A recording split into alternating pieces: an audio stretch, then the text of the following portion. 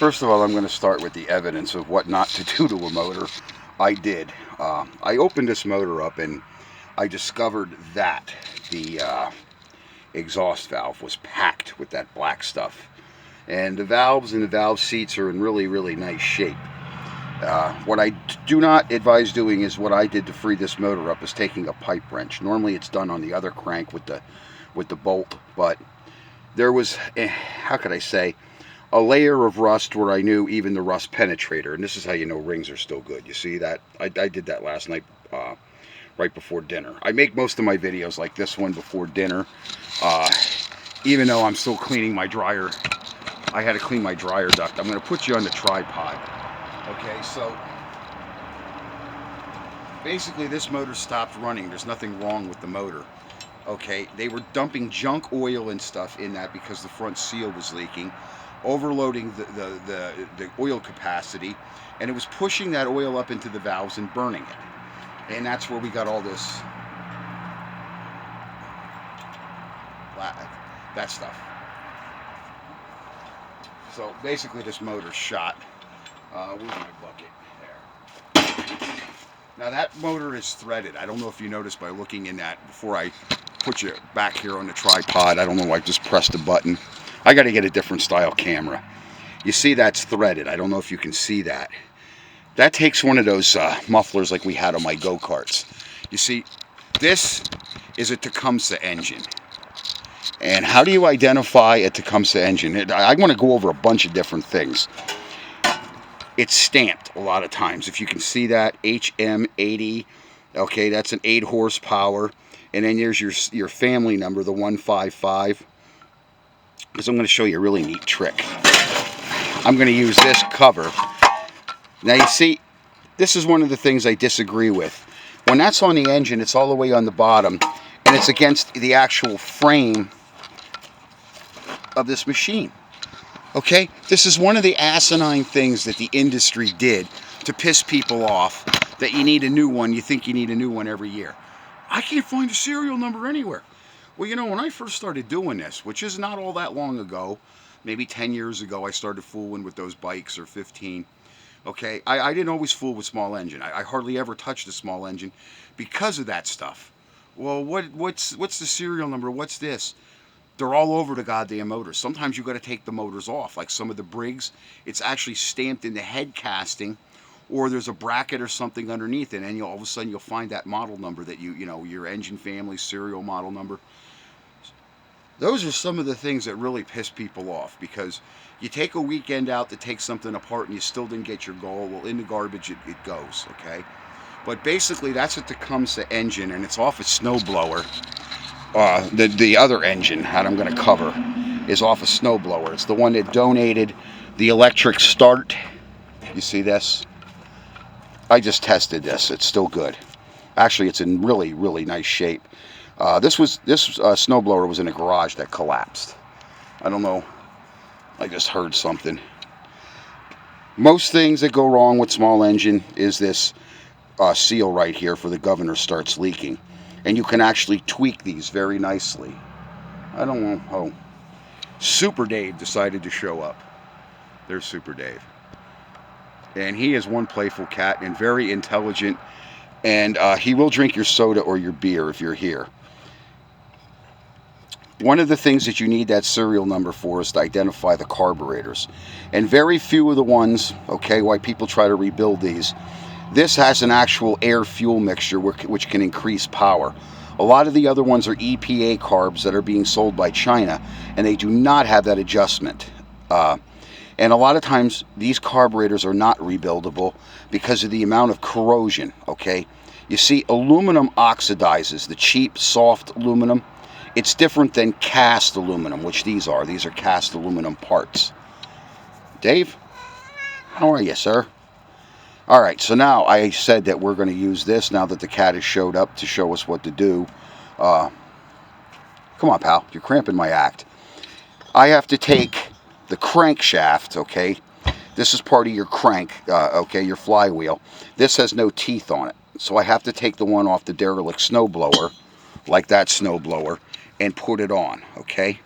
There's 100 different things with these small engines that will just tick you off. One thing I don't like about this tripod is this lever does not stay back, that you can just click it in like my other one. If I can find a way to change maybe those heads out, I will, because I like the other one. It'll stay open. I don't have to stick my nose in the camera just to get it reseated on the tripod. Okay. I ended up cutting the flywheel off.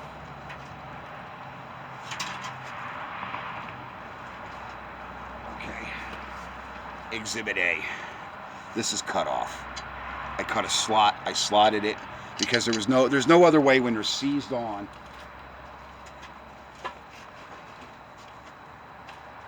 A lot of the factories, okay, going into the late 1980s, then they didn't take pride in their work anymore.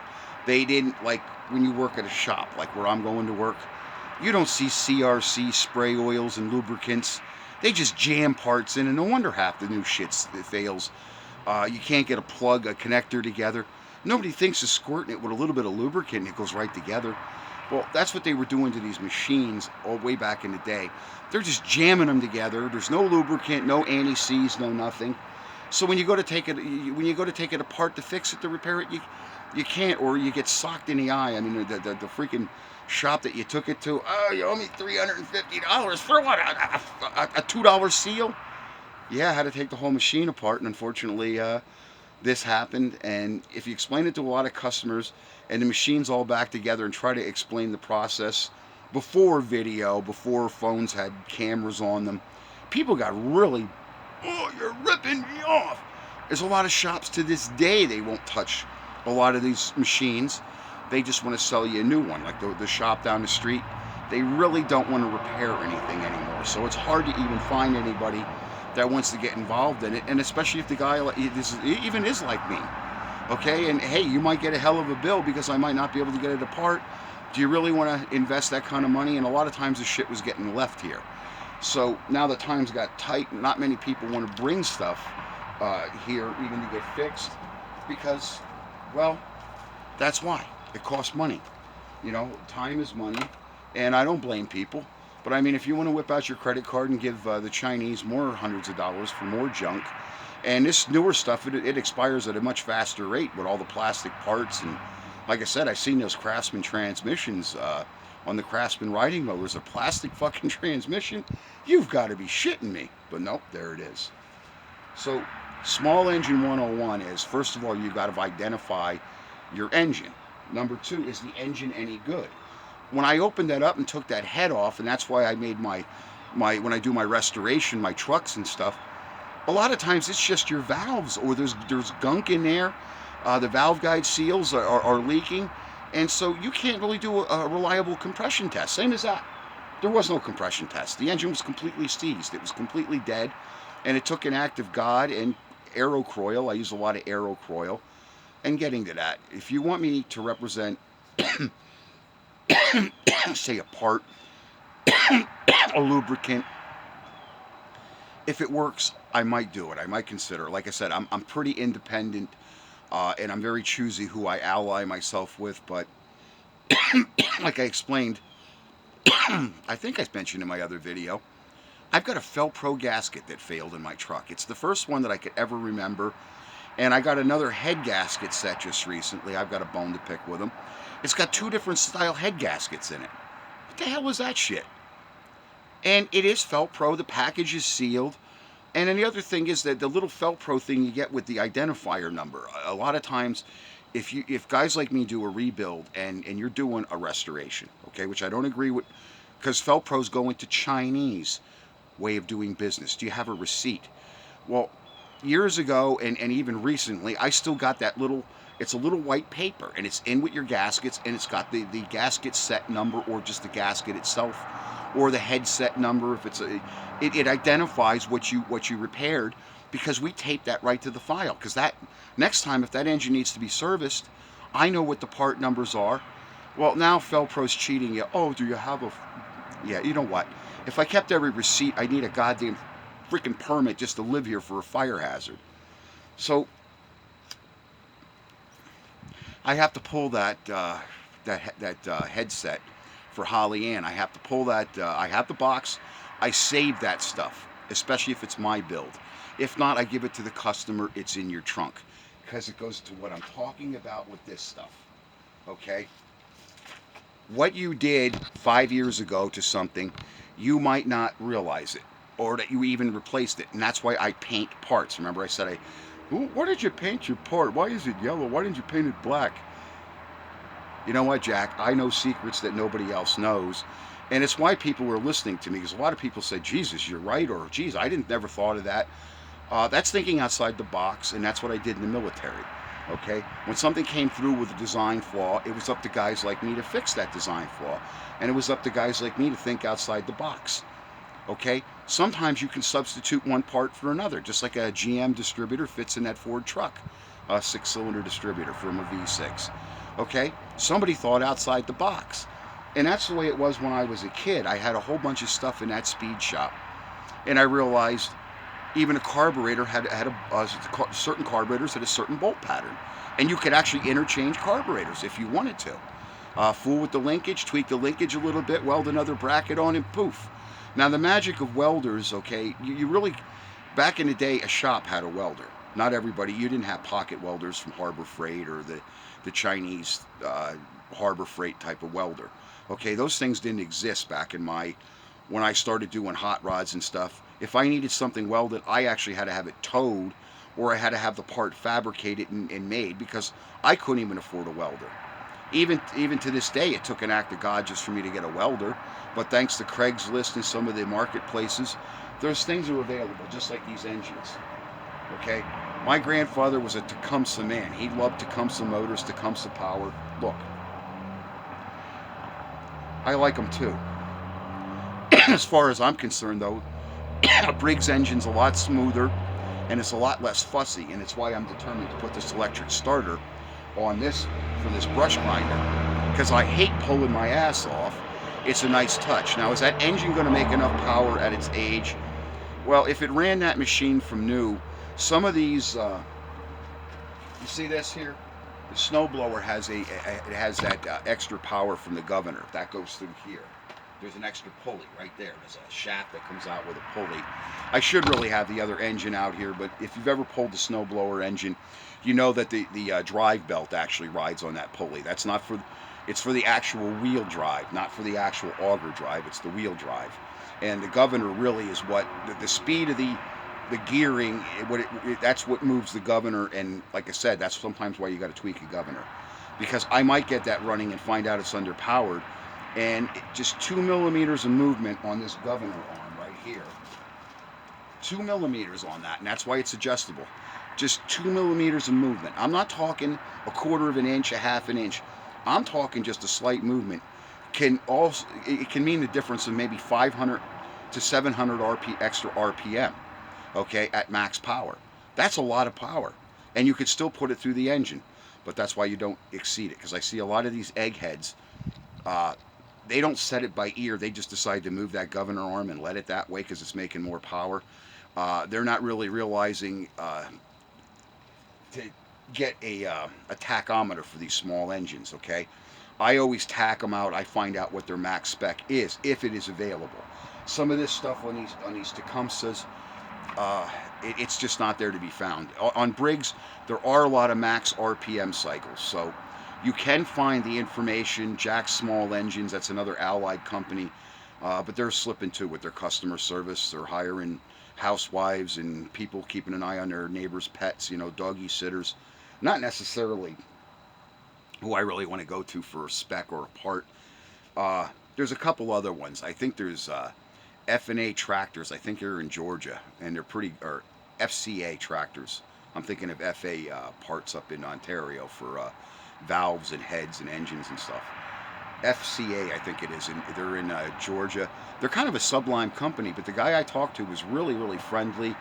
Not like the Tennessee squirrel when I was building Holly Ann, calling around for the bed. Yeah, I got one. You got to see it. I won't be able to afford it. I don't want to see it there, Hole.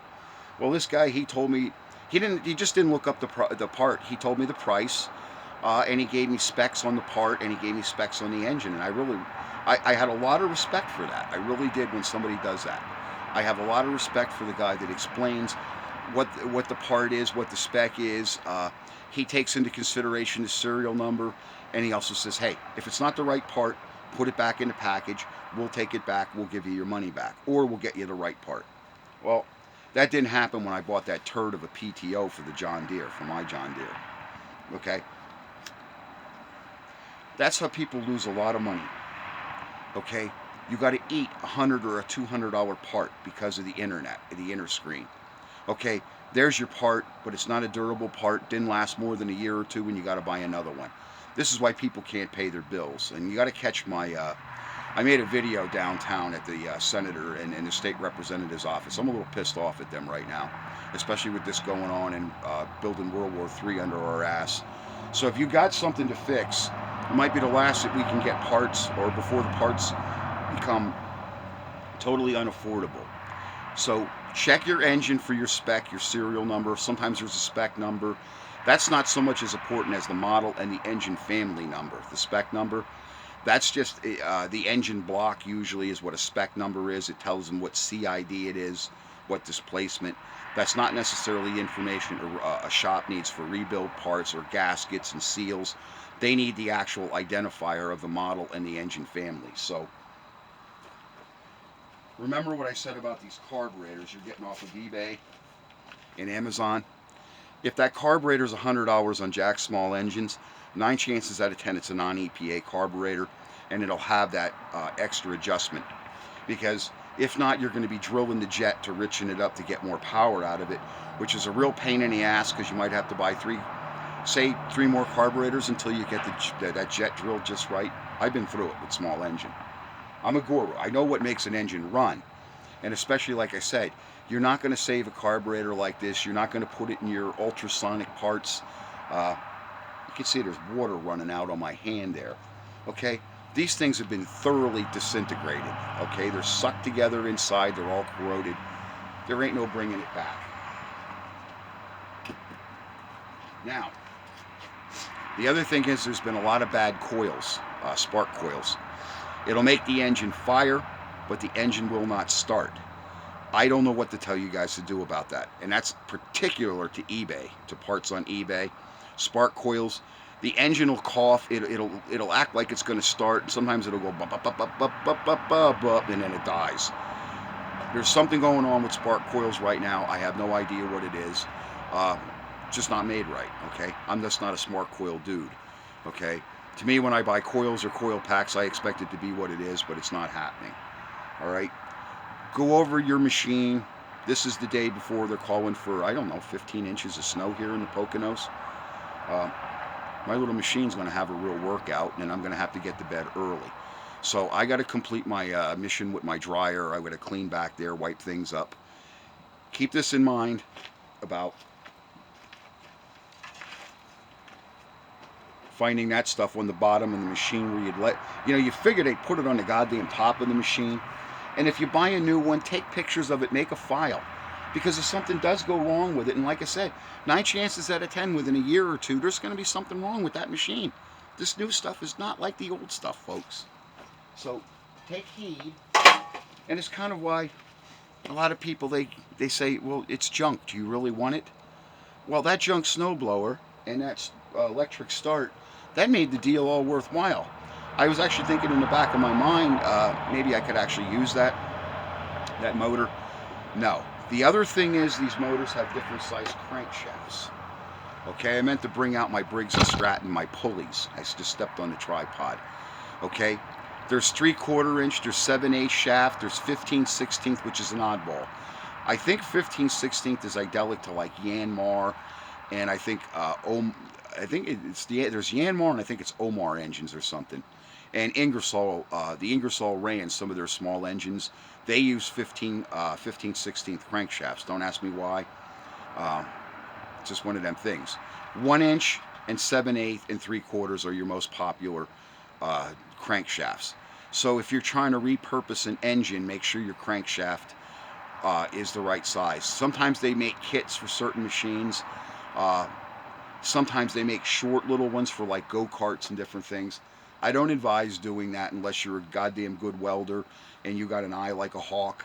I've pulled it off a few times, repurposing engines. You know, some of the 10 horsepower engines, they'll come through with a freaking 3/4 inch crankshaft, and you wonder why. Well, it was for maybe a pump or something like that. It wasn't pushing a real big auger or a blade. So that's the other thing, is you're going to take that 3/4 inch crankshaft and maybe put it in a brush grinder. 9 chances out of 10 it's going to bend the crank, or it's just not going to run with the power that it should, simply because that centrifugal force is overweighting, and it's knocking that centrifugal force out of kilter, kind of like a gyroscope. If that thing's larger, or say like some of these machines, Tecumseh is another one. They never balanced flywheels and stuff like that the way they should have been balanced. They're within a spec, within a tolerance, but it's not necessarily balanced correctly. Now, I can't say so much for Kohler engines. Kohlers, they really went out of their way balancing flywheels and stuff like that. But get it through your mind that if you're going to repurpose an engine, to do kind of your research, especially on that crankshaft size. Like if you're going to go out to Harbor Freight and shop for one of their engines or whatever, basically you better have the right crankshaft size. And even a lot of those motors, you got to buy their speed parts and stuff to get more pep out of them, like I had to for my other brush grinder. And the reason I'm not using that, I don't know if you caught the end of my video last year. I discovered, after using it maybe 3 or 4 times, some egghead put the auger in backwards. So that's what's breaking the belts. It's actually not cutting the brush. It's doing the brutal thing of grinding it instead of cutting it and grinding it. So I've got to flip the entire auger inside the machine around. Well, that's a real pain in the ass to take all that apart. And as I said, this spring we just did not have the weather to really paint anything. That's why the side of the bed on the truck is not done. Okay, so hopefully Small Engine 101, I'm going to cover some of the Briggs pitfalls on Briggs, especially those governor shafts. Okay, that's your number one when you find that mystery oil leak and you, oh my God, that governor shaft, that seal can be replaced from externally. You just got to mark everything, take it apart real carefully. It's got to be a sober day, a sober morning. Some of this stuff, you geniuses in the bottle, it's not the time to have a beer or have a couple and then decide to tackle something like that. A lot of those screws and stuff, you can't get them no more. They roll away on you or whatever, you're done. Okay, so take your time. Make it a sober, like a warm Sunday morning or something. It's nice and warm in the garage or your shop. Take that machine and take it apart. That's the time to break it down. Photograph the parts, put them in a bag, have a place for it, okay? Small engines are not like the engines in a car, as to things all matching up. You can go to the salvage yard and get another one. You're not going to do that with a lot of small engines. Just like that 8 horsepower Tecumseh is not exactly like the one that's on the snowblower, okay? That's actually what they call a 2-stage engine. Now there's a 2-stage snowblower and 2-stage engine. 2-stage means there's actually an overriding feature on the belt on the drive, okay? That governor has a huge force on this one, okay? Not so much on the snowblower. That's called a graduated governor, and I'll go into stuff about a graduated governor. What is a graduated governor? A graduated governor, in my layman's terms, that is governed by what you command the machine to do. Now, this is a non-graduated governor, okay? That is going to be by the force exerted in the machine. So that this machine, this motor, even though it's an 8 horsepower, okay, is different than the MDH80. That's an MDH80. That's an HM80, okay? And that was one of the things that I found out, is about what a graduated governor is compared to what they call the centrifugal governor, too, it's referred to, because it picks up more centrifugal force the more you exert on it, okay? It's almost the same principle, but not, okay? Thank you for Small Engine 101. And remember, like I said about those seized up motors, I thought that motor was history, the way it was locked up. I really did. But then sometimes it's nice to have time to yourself like this. Before World War III starts, you get to do a few things for yourself. But I'm scared stiff about bills, taxes owed, money owed. But what the hell are you going to do when you got a president lighting off World War III under your ass like he's doing? This derelict, this muppet should be in a prison cell, in a padded cell, and never left back out. Okay, when Trump was president, things were not progressing this way. And even if Trump would have said, hey, we're just going to quietly recall industry from China, uh, people better take notice to all these warehouses and commercial spaces that they're pretty much basically vacant. There's nothing in them yet. Well, when the bombing and the fighting starts, those warehouses and stuff, they're going to be jobs. There's going to be a lot of hustling and bustling going on. So I'm going to go into more about employers and the leftist way of employing people.